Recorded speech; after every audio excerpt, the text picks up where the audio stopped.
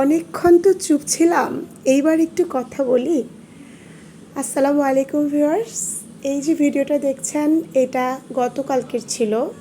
গতকাল বিকালে স্ন্যাক্স খাওয়ার যে টাইমটা, বিকালের নাস্তা খাওয়ার যে টাইমটা, ওই টাইমটাই পরোটা এবং রুটির সাথে এই সস দেওয়া, ঘরোয়া সস, আমার হাতে বানানো ঘরোয়া সস দেওয়া ক্যাপসিকাম বেল পেপার দিয়ে ফিশের একটা আইটেম ছিল। এটা কাটলেটের মতো, কিন্তু এটা অ্যাকচুয়ালি আমি সাধারণত সাসলিকে করি, সাসলিক কাঠি দিয়েই করি, বাট অল্প সময়ের জন্য আমি এটা প্যানের মধ্যে করেছিলাম। সাসলিক কাঠিতে অনেক সময় লাগে, খুব কম সময়ে প্যানের মধ্যে এভাবে তৈরি করে খেয়ে নিলে কিন্তু পরোটার সাথে রুটির সাথে বিকেলবেলা সন্ধ্যাবেলা হুটহাট ক্ষুধা পেলে বাচ্চাদেরকে কিন্তু রুটি পরোটার সাথে দিয়ে দিলে তারা খুব খুশি হয় এবং খুব মজা করে পরোটা দিয়ে রুটি দিয়ে এটা খেয়ে নেয়।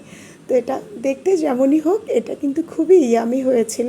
অলরেডি এটার ছবি আমি শেয়ার করেছি।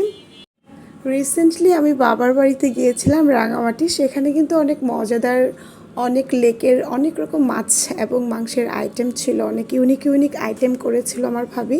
সেটার ছবি তুলতে আমি আসলে সুযোগ পাইনি, খেতে বসে গেছিলাম, ছবি বা ভিডিও কিছুই তোলা হয় নাই।